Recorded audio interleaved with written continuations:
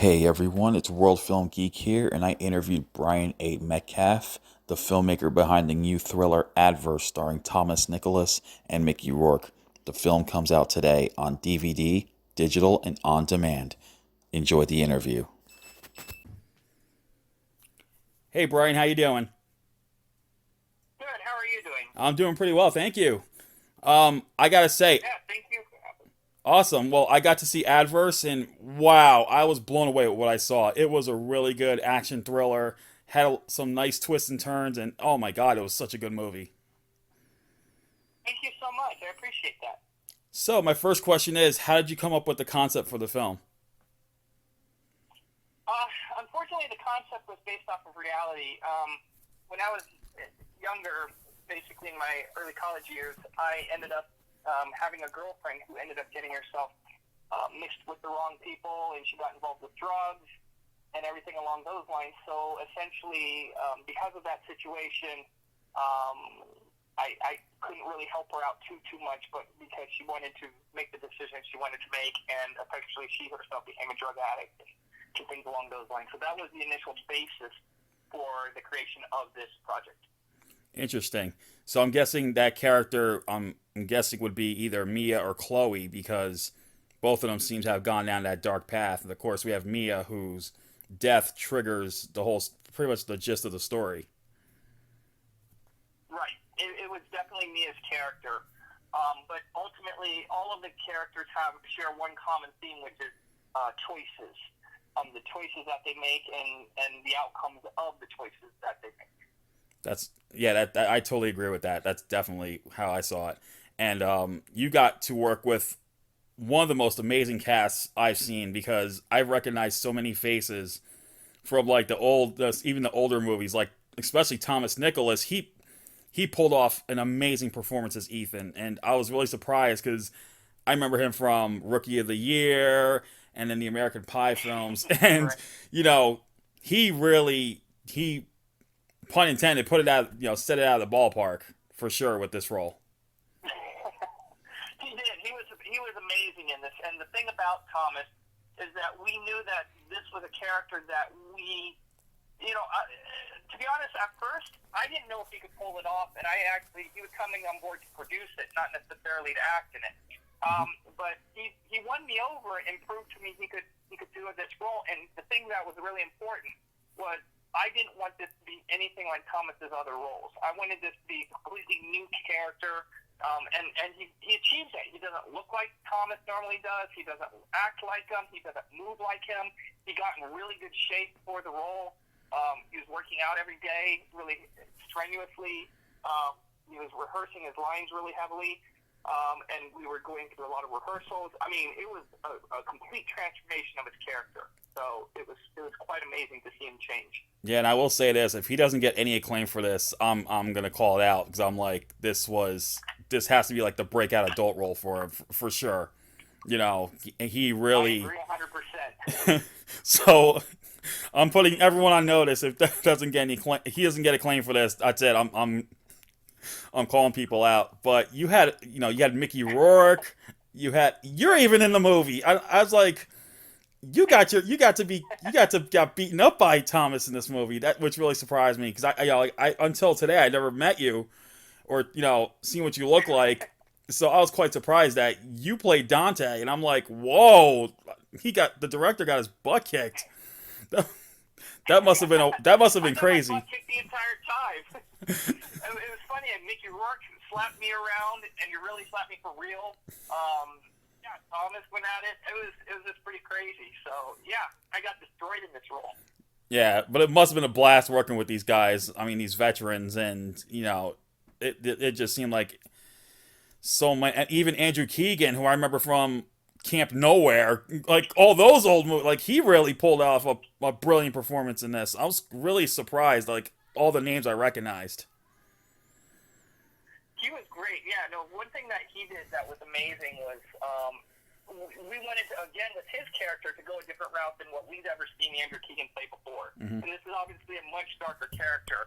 I worked with Andrew previously on Living Among Us, and he played more of a comedic type vampire who wanted to steal the spotlight all the time. And this character, I said, okay, this is not your previous character by any means. This is a lot darker character. So, and he pulled it off amazingly well. I was really impressed in the way that he chose to do his hair, and he colored his teeth all gritty and everything. He really got into it. I mean, every one of the actors got into this role, their roles really heavily, which was amazing to see. Yeah, I noticed it too, and like for a minute, for a good minute, I didn't even recognize Jake T. Austin as Lars, and all of a sudden I rewound it back, and I'm like, oh my god, like he went from Wizards of Waverly Place to like this. So just to see these people like grown up and doing all these more mature roles, I think that totally is awesome because it helps them break out of that typecast.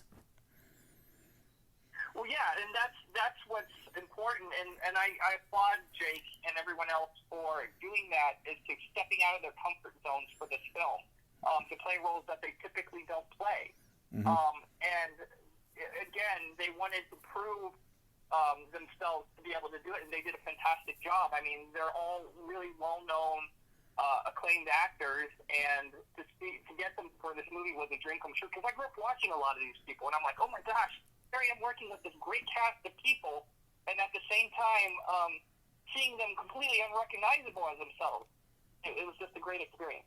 That's awesome. So how long did shooting take, and what difficulties did you face during production? Because I'm pretty sure you must have gone through this. Of course, with indie films, you know, everyone goes through that challenges now and again. So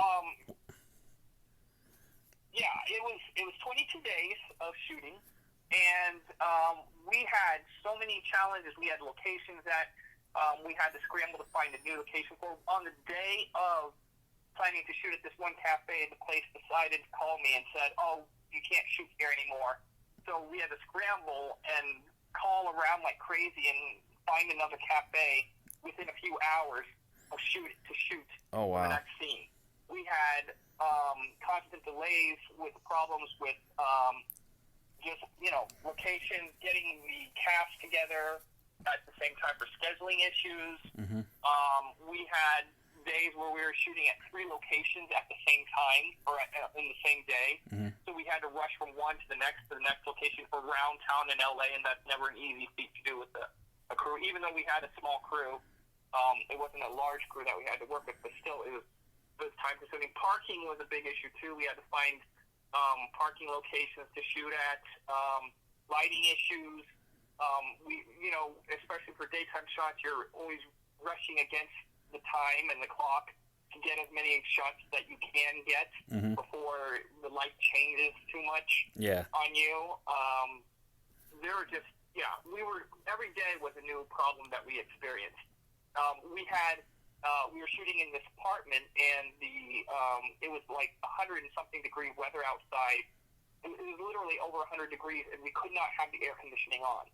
So we had to, because of the sound that it would make and how it would affect sound. Mm-hmm. So essentially, we would be doing that. And the same for a morgue. We shot this morgue, and again, it was really, really hot there and no air conditioning, and we had to film and take breaks and rush outside and get cooled off and then go back to it again. Wow, it seems like you went through a lot, and that's the most I've ever heard from a director saying, I've been through this. I've been through, they would say something simple like time constraints, but man, to hear all this, that's just crazy. It is. We shot at 47 locations, over 47 locations for this film, and so obviously trying to get all those locations in and everything like that, it was a challenge for us, for sure. Wow. Well, I gotta say, one scene I absolutely loved, and this has been a big thing for me lately. It's the one take action scene. I loved that. The scene where Ethan just goes into that one warehouse, and it starts this one take fight scene where he's just pretty much going after everyone with the crowbar. That seems to be the rage now. When it comes to action, I've noticed everyone's now using one take fight scenes. I'm guessing that, I don't know how much time was to prep for it, but that was an amazing scene in that movie. And I love that the music just went along with it. It was like perfect. Oh, thank you so much. That was actually a planned out scene. It wasn't just to do a one take scene for the sake of it, but because Ethan goes mad in that scene and he goes around the warehouse, it worked better than doing an edit after another edit after another edit, because then it would get repetitive and boring. I totally The only agree. way I could do that to show it would be, and the buildup of that would to be the one take scene, and that was actually quite a challenge of its own to get that to work out. Yeah, I'm guessing it didn't take much time to prep for it either. That's my guess because you know, I heard about one movie last year. They only had 1 hour of prep, and they got the one take fight scene done in literally like the first time around, which was mind blowing for me. But I'm guessing this. Well, Yeah, it's a lot of rehearsal and practice. Yeah, you just have to have a really well rehearsed group to do it. So yeah. It seems like everyone did a good job here. Yeah, they were all great, and I couldn't have asked for a better cast and crew. Who were really on their A game there. We also had a problem in that warehouse with hornets. There was a hornet's nest there that we were constantly trying to avoid the entire time while trying to get the shot. So we had one take that we did, and the cinematographer went and moved out of the way because the hornet came right at him. That's insane. That was a lot of fun. I gotta say this was a great film. I think people definitely need to check this one out. So finally, my last question is: with film and TV production coming back, are there any new projects in the works that you can talk about? As of right now, I have several projects that I'm working on. I can't officially announce them as of yet, but I'm working on a new series. I'm working on another crime drama, another action film, a comedy. But you have to stay tuned until I can officially announce what I'm doing. Yep, definitely. I'll definitely look out for those projects because if it's as good as what I just saw with Adverse, I'm so looking forward to it. That's for sure. Great. Thank you so much. I appreciate that. So Adverse will be on digital, on demand, and DVD on March 9th. And those who want to see some of your favorite childhood stars in roles like you've never seen them before in a gripping action thriller will want to see this film. And you get to see the director get his butt kicked too by the lead, so that's even that in some way that's even more crazy. But thank you so much again. Brian. It's been great, and man, I can't wait to see what's next from you. Thank you. I really appreciate it. All right, you take care.